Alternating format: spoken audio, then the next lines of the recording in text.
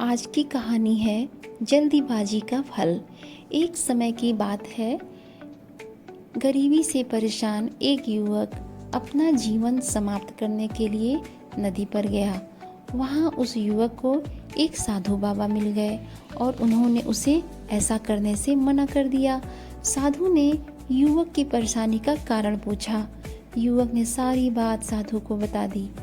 सब कुछ सुनकर साधु ने कहा, बेटा, मेरे पास तो एक ऐसी विद्या है जिससे जादुई घड़ा बन जाता है। तुम भी जो भी इस घड़े से मांगोगे वह तुरंत तुम्हारे सामने आ जाएगा। लेकिन जिस दिन यह घड़ा फूट गया, उसी समय जो कुछ भी इस घड़े ने तुम्हें दिया था वह सब गायब हो जाएगा। साधु ने आगे कहा, लेकिन अगर तुम 2 साल तक मेरे आश्रम में रहोगे तो यह घड़ा मैं तुम्हें दे सकता हूँ, और यदि तुम 5 साल तक मेरे आश्रम में रहोगे तो मैं यह घड़ा बनाने की विद्या तुम्हें सिखा दूंगा। तो बताओ पुत्र, तुम क्या चाहते हो? युवक ने कहा, हे साधु बाबा, मैं तो 2 साल ही आपकी सेवा करना चाहूँगा। मुझे तो जल्द से जल्द यह घड़ा ही चाहिए। इसे मैं तो बहुत संभाल कर रखूँगा, कभी फूटने नहीं दूंगा।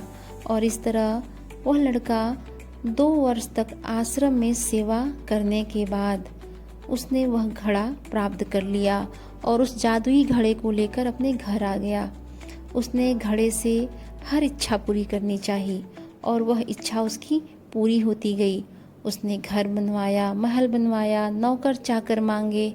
वह सभी को अपनी वैभव, अपनी संपदा सब दिखाने लगा और धीरे धीरे उसके मन में अहंकार का भाव आने लगा और जल्द ही वह अपने मित्रों के साथ जुआ खेलना, शराब पीना शुरू कर दिया।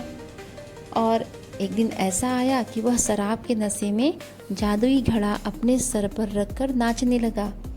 अचानक नाचते नाचते उसको ठोकर लग गई और घड़ा गिरकर फूट गया। घड़ा फूटते ही सभी कुछ छूमंतर हो गया, सब कुछ गायब हो गया। अब उस युवक को बड़ा पश्चाताप हुआ और वह रोने लगा। उसने अपने मन में सोचा, काश कि मैंने जल्दीबाजी न की होती और घड़ा लेने की जगह घड़ा बनाने की विद्या सीख ली होती, तो आज मैं इतना गरीब और कंगाल फिर से नहीं होता।